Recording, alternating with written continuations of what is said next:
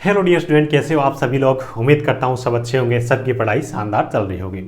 प्यारे बच्चों, आरपीएससी की तरफ से जारी की गई group instructor surveyor apprenticeship adviser की जो वैकेंसी है, आपको पता होगा इसका जो सिलेबस है वो चेंज कर दिया गया, सिलेबस के अंदर परिवर्तन किया गया। आज के इस वीडियो के अंदर नए वाला जो सिलेबस है, टॉपिक वाइज अपन डिटेल में डिस्कशन करने वाले हैं। टॉपिक का आपके सिलेबस का कौन सा पार्ट किस ट्रेड से रिलेटेड है, उसके बाद में किस ट्रेड का कितना कितना वेटेज रहने वाला है, जो कि चीज़ें आपको तैयारी करने के लिए बहुत ही ज़्यादा हेल्प करने वाली है। पेपर का लेवल वगैरह क्या रहता है, ये सब चीज़ें भी अपन डिटेल में जानेंगे, है ना। वैसे अगर अपन देखें तो इसका जो जैसी वैकेंसी आई थी उसके बाद में पहले जो सिलेबस था, इसका पुराना सिलेबस था, बाद में चेंज किया गया, तो उसके बारे में मैंने डिटेल में वीडियो बनाया था। ऑलरेडी 6-7 हज़ार बच्चों ने उस वीडियो को देखा।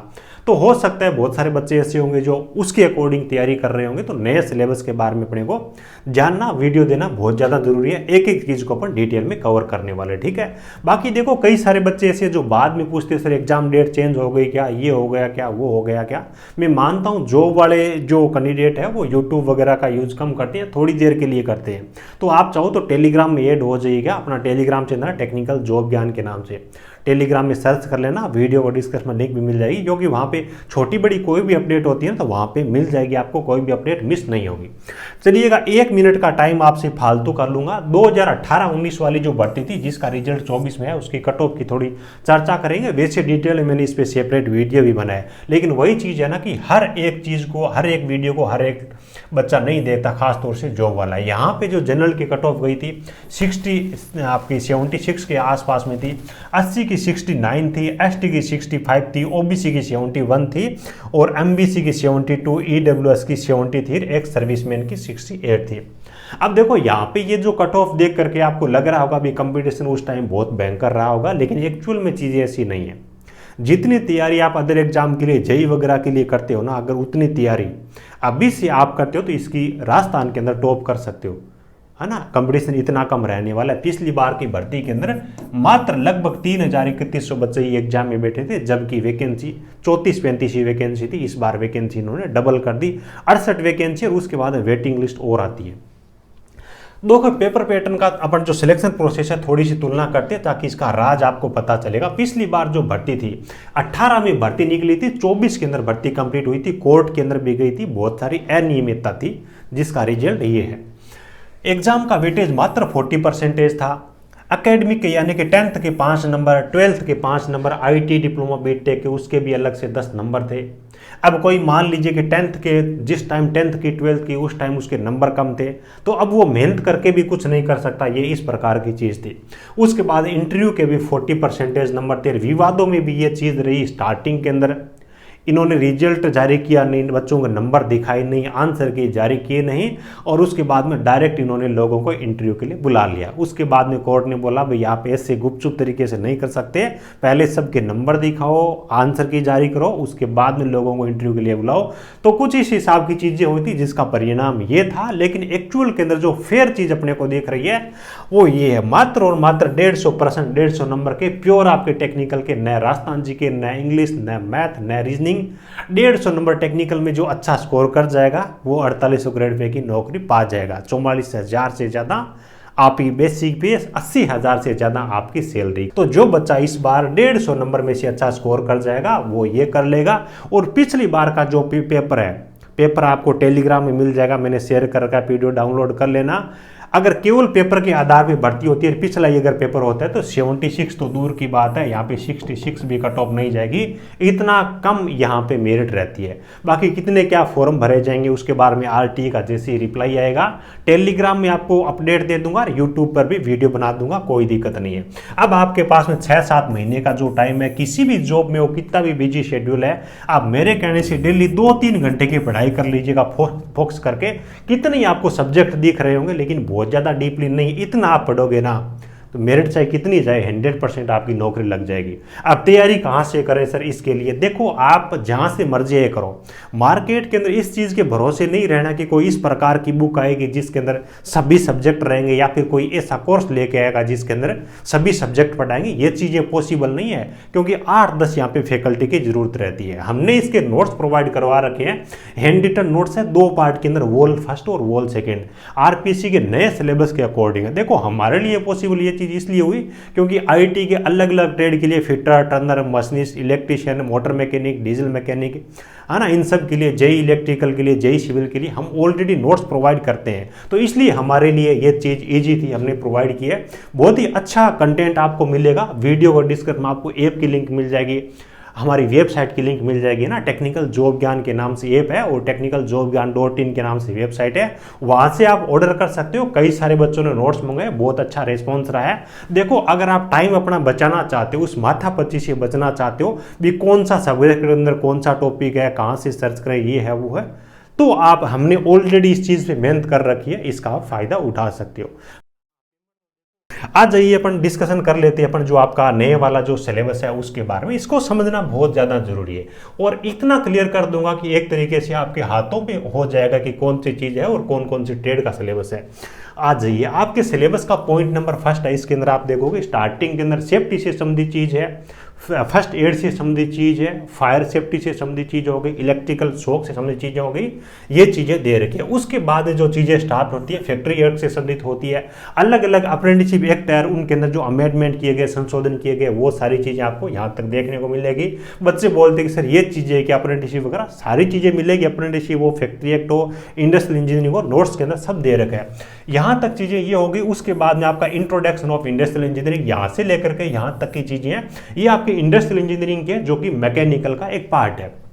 उसके बाद में आप आ जाओ यहाँ पे लॉ ऑफ, यहाँ से लेकर के लगभग यहाँ तक की जो चीज़ें, ये आपको मैकेनिक सब्जेक्ट है, मैकेनिकल का, मैकेनिक से रिलेटेड है, आईटी में works of calculation and science, उसके अंदर ये चीज़ें मिल जाएगी। इसमें थोड़ी मैथ टाइप की चीज़ें होती है, मैथ टाइप के पर्सन आते हैं एग्जाम के अंदर, इसलिए हमने ये जो चीज़ें है ना नोट्स के अंदर इंक्लूड नहीं की। ये चीज़ें आप बुक से करोगे ना तो बहुत अच्छा रिजल्ट मिलेगा। अब नोट्स के अंदर 30-40 पेज ऐड कर दूँ, रिजल्ट ही आपको नहीं मिले तो उस चीज़ का कोई फायदा नहीं है। यहाँ पे चीज़ें आपको सीखनी पड़ेगी। आईटी की works of calculation and science वाली बुक है, उसको प्रेफर करो, ज़्यादा बेटर रहेगा। उसके बाद यहाँ से लेकर के यहाँ तक की जो चीज़ें हैं ये इंजीनियरिंग ड्राइंग से रिलेटेड है, कहीं से कुछ पढ़ने की जरूरत नहीं है, डायरेक्ट यूट्यूब पे आप टॉपिक डालो और उसकी वीडियो देखो, ड्राइंग उनकी सीखो, ये चीज़ इस हिसाब से। तो पहला जो आपका सिलेबस का टॉपिक है factory act, apprenticeship act, industrial engineering, fire safety से संबंधित, और उसके बाद में आपके मैकेनिक्स हो गए और आपका ड्राइंग हो गया। इस हिसाब की चीज़ें इनकी तरफ से दी गई है, ठीक है। चलिए, उसके बाद में आ जाइए आपका सिलेबस का जो पॉइंट नंबर 2 है उस पर आ जाइए। पॉइंट नंबर 2 के अंदर प्योर इलेक्ट्रिकल दे रखी है। पहले इन्होंने क्या कर रखा था, इलेक्ट्रिकल के साथ में इलेक्ट्रॉनिक्स का घुसा रखा था, अब इन्होंने प्योर इलेक्ट्रिकल दे दी यहाँ से लेकर के यहाँ तक। और यहाँ पे ज़्यादातर चीज़ें है ना वो बेसिक इलेक्ट्रिकल से रिलेटेड है, ऊपर की चीज़ें, बहुत ज़्यादा टफ कुछ भी नहीं है। हर ट्रेड का बच्चा अगर मेहनत करता है तो वो कर सकता है। देखो, थोड़ी मेहनत तो करनी पड़ेगी क्योंकि सिलेबस कुछ इसी टाइप का है, ये चीज़ें हैं। तो प्योर इलेक्ट्रिकल आपको यहाँ पे पॉइंट नंबर 2 के अंदर देखने को मिलेगी। अब जो सबसे बड़ा जो इनकी तरफ से सिलेबस में संशोधन किया गया है ना, पुराने और नए सिलेबस में जो अंतर है वो पॉइंट नंबर 3 के अंदर आपको देखने को मिलेगा। पॉइंट नंबर 3 में क्या परिवर्तन किया, पहले कारपेंट्री भर रखी थी, सिविल के कुछ ही टॉपिक थे, इस बार इन्होंने सिविल को भर दिया और कारपेंट्री के नाम मात्र के 3-4 टॉपिक दिए। यहाँ पे आप आ जाइए, यहाँ से लेकर के देखो सिविल के 3 मेजर आपके सब्जेक्ट इन्होंने दे रखे हैं। बिल्डिंग मटेरियल का दे रखा है, उसके बाद वाटर सप्लाई का दे रखा है, उसके बाद डिफरेंट टाइप्स ऑफ पॉल्यूशन, ये 3 चीज़ें दे रखी है। ज़्यादातर जो पार्ट इसके अंदर आपका रहने वाला है वो आपका सिविल से संबंधित रहने वाला है। उसके बाद में अगर अपन बात करें इसी के अंदर, हाँ ये लास्ट के अंदर जो दे रखे है ना आपके, यहाँ से लेकर के है ना डिफरेंट टाइप्स ऑफ वुड है ना, यहाँ से लेकर के यहाँ तक की चीज़ें, ये कारपेंट्री से संबंधित है। टूल वूल ये तो है ना, ये फिटर की टूल है, इलेक्ट्रिशियन की टूल है, उनमें बहुत सारे कॉमन है, ये हो जाएंगे। बाकी 2-3 टॉपिक है जिनको टफ लगता है छोड़े तो भी कोई बात नहीं, लेकिन मैं तो कहता हूँ कि कर लीजिएगा, कहीं से भी हो, हर कहीं ये टॉपिक मिल जाएंगे आपको, ज़्यादा दिक्कत वाली चीज़ नहीं है। कारपेंट्री को इस बार इन्होंने सिलेबस से हल्का कर दिया और सिविल को बढ़ा दिया। आज ये सिलेबस का जो पॉइंट नंबर 4 है उसके बारे में बात कर लेते हैं। यहाँ से लेकर के आप स्टार्ट करोगे, इस ऑटोमोबाइल नाम से ऊपर तक की जितनी भी चीज़ें, फिटर, टर्नर और मशीनिस्ट, आईटी की इन ट्रेड के अंदर आपको ये चीज़ें बुक्स है उनके अंदर देखने को मिल जाएगी। लगभग 90% चीज़ें मिलेगी, 100% चीज़ें आपको किसी बुक के अंदर मिले जरूरी नहीं है, ये भी ध्यान रखिएगा। थोड़ी मेहनत है ना ये आपको अपनी तरफ से भी करने की जरूरत रहेगी। अब आज ये सिलेबस का जो पॉइंट नंबर 5 है आपका लास्ट वाला, उसके अंदर लास्ट वाले के अंदर पहले केवल कंप्यूटर था, कंप्यूटर के कुछ टॉपिक थे, अब इन्होंने इलेक्ट्रॉनिक्स को एक तो कम कर दिया और इलेक्ट्रॉनिक्स के जो 3-4 टॉपिक है उनको कंप्यूटर के साथ में ऐड किया, इलेक्ट्रिशियन इलेक्ट्रिकल से हटा करके। आज ये यहाँ से देखिए, working construction of rectifier, electronics plus आपकी कंप्यूटर है, ठीक है। यहाँ से लेकर के यहाँ तक की जो चीज़ें हैं कंप्यूटर की मानो चाहे इलेक्ट्रॉनिक्स की मानो, ये देखो ये कंप्यूटर के अंदर भी इलेक्ट्रॉनिक्स में भी है, लॉजिक गेट वगैरह कंप्यूटर में भी है, इलेक्ट्रॉनिक्स में, तो ये चीज़ें अपन ने नोट्स के अंदर भी दे रखी है। उसके बाद में जितनी भी चीज़ें ये बिल्कुल बेसिक चीज़ें मानिए कंप्यूटर की, कोई भी बुक ले लीजिए, ज़्यादातर चीज़ें आपको मिल जाएगी। इनपुट आउटपुट डिवाइसेज है, सॉफ्टवेयर है, हार्डवेयर है, कंप्यूटर के जनरेशन है, डेटाबेस मैनेजमेंट सिस्टम है, नेटवर्क है ना, इस प्रकार की चीज़ें तो आपको मिल जाएगी। ये चीज़ अभी तक हमने नोट्स के अंदर नहीं दी है, क्योंकि फालतू की ज़्यादा चीज़ें ऐड करने की जरूरत नहीं है, क्योंकि ये जो चीज़ें किसी भी बुक के अंदर आपको देखने को मिल जाएगी। और वर्कशॉप कैलकुलेशन वगैरह आप बुक से पढ़ो, ज़्यादा अच्छा रहेगा। बाकी कंटेंट हमने नोट्स के अंदर दे रखा है, वीडियो के अंदर लिंक दे रखी है, आपको ज़्यादा मेहनत नहीं करनी पड़ेगी, थोड़ा सा पैसा आपको इन्वेस्ट करना है, क्योंकि हमने बहुत ज़्यादा उस चीज़ पर मेहनत की है। बाकी कंटेंट में कोई भी कमी नहीं है, ठीक है। अब आ जाइए यहाँ पे, अगर अपन नंबरों के हिसाब से देखें किसका कितना कितना वेटेज रहेगा, देखो लगभग ये सिलेबस को बराबर भागों के अंदर डिवाइड करते हैं। 18 वाले पेपर से अपने को पता चलता है। 5 भागों के अंदर इन्होंने इस बार सिलेबस को दे रखा है। आप देखिएगा, प्योर इलेक्ट्रिशियन आपका 30 नंबर का रहने वाला है। बहुत ही अच्छी चीज है, पढ़ो, किसी भी ट्रेड से हो आप कर लोगे, थोड़ी मेहनत करनी पड़ेगी, कुछ भी अलग चीजें नहीं घुसा रखी। टॉपिक आप खुद से चाहोगे तो भी आपको, मतलब क्या है कि इलेक्ट्रिशियन इलेक्ट्रिकल वाले तो ढूंढ ही लेंगे, फिटर वगैरह उनको थोड़ी दिक्कत हो सकी है, लेकिन ज्यादातर टॉपिक मिल जाएंगे। फिटर टर्नर, मशीनिस्ट, ऑटोमोबाइल, ये जो सिलेबस का 4 नंबर वाला जो पॉइंट है उसके अंदर ये 4 ट्रेड दी गई, जिसका आपका वेटेज है वो लगभग 30 नंबर रहेगा। मशीनिस्ट और टर्नर है, ये तो लगभग फिटर के अंदर कॉमन होता है, 70% सिलेबस मान के चलिए। उसके बाद ये जो पॉइंट आपका 3 नंबर है, सिलेबस का 3 नंबर जो पेयर है उसके अंदर मेन सिविल दी गई है, साथ में थोड़ी सी कारपेंट्री एड है। कारपेंट्री अपने स्तर पे कर लो, है ना, कहीं से भी करो, थोड़े से टॉपिक है, कोई ज़्यादा दिक्कत नहीं है। मेन चीज़ बिल्डिंग मटेरियल, वाटर सप्लाई और पॉल्यूशन, ये सिविल के 3 सब्जेक्ट बेहतर तैयार कर लो, और इस सिलेबस में से कुछ जरूरत ही नहीं रहेगी इस पेरा में से, है ना। 30 नंबर का रहेगा। उसके बाद देखो ज़्यादातर पहला जो आपका पैराग्राफ है ना सिलेबस का, उसमें ज़्यादा एक्ट के बारे में पूछे जाएंगे। फैक्ट्री एक्ट हो गए, है ना, अप्रेंटिसशिप एक्ट हो गए, उसके बाद इंडस्ट्रियल इंजीनियरिंग हो गए, यहाँ से चीज़ें ज़्यादा आएंगी। और उसके बाद में आपके मैकेनिक्स और ड्राइंग के भी 3-4% देखने को मिल सकते हैं। तो कुल मिला के इस हिसाब से इनका वेटेज 30% के आसपास रहेगा। उसके बाद में कंप्यूटर और इलेक्ट्रॉनिक्स है, तो ज़्यादातर जो चीज़ है कंप्यूटर का वेटेज यहाँ पे ज़्यादा रहेगा, क्योंकि कंप्यूटर सिलेबस के अंदर इन्होंने कंप्यूटर ज़्यादा दे रखा है। कुछ चीज़ें आपकी इलेक्ट्रॉनिक्स है तो इनका वेटेज कुछ इसी हिसाब से रहेगा। यानी कि ऑल ओवर अगर सीधी बात मेरे से पूछो, रफली अगर मोटा मोटी बताएं भी सर कौन कौन सी चीज़ें हमारे को तैयार करनी चाहिए, सबसे पहले तो इलेक्ट्रिशियन होगा, फिटर, टर्नर, मशीनिस्ट हो गया, ठीक है। और उसके बाद आपके ऑटोमोबाइल वाला पार्ट होगा, सिविल के 3 जो सब्जेक्ट हो गए, उसके बाद कंप्यूटर होगा। पहले इनको तैयार कर लो, बाकी होता है तो कर लेना, नहीं होता है तो भी कोई दिक्कत नहीं है। 150 में से 150 नंबर आपको लाने भी नहीं, इतनी मेरिट भी नहीं जाएगी। 150 में से 75-80 कर दो, 90 कर दो, यानी कि 100 तक तो कर दोगे ना तो कोई दिक्कत ही नहीं है, क्योंकि मतलब क्या कि बहुत ज़्यादा कंपटीशन यहाँ पर नहीं होता। पिछली बार की कहानी कुछ इसी हिसाब से रही है, 3031 बच्चे एग्जाम में बैठे थे। अब फॉर्म तो भरेंगे लोग, है ना, फॉर्म भी कम भरे जाएंगे। उसके बाद देखो जून के अंदर एग्जाम होगा, तो इतनी मतलब क्या है कि कंसिस्टेंसी लोग नहीं रख पाते, तैयारी नहीं होती तो फिर एग्जाम में नहीं बैठते।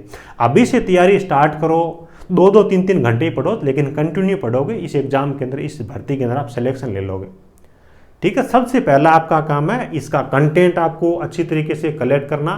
कंटेंट पहले कलेक्ट नहीं करोगे तो वही है कि आज इस चीज़ का कंटेंट ले, दूसरा ये सब्जेक्ट आ गया कहाँ से ले, तीसरा वो कहाँ से ले। पहले आपको टेंशन से फ्री होना है ताकि फोकस करके आप पढ़ाई कर सको, ठीक है। उम्मीद है सब चीज़ आपको अच्छे से समझ में आई होगी। और टेलीग्राम चैनल जरूर ज्वाइन करना, ताकि आगे कोई भी अपडेट हो इस भर्ती के बारे में वो आपको मिल जाएंगे। कितने फॉर्म भरे गए, RTE का रिप्लाई आते ही मैं आपको यूट्यूब पे भी बता दूंगा, और PDF आपको टेलीग्राम में भी दे दूंगा, ठीक है। चलो, thank you, best of luck.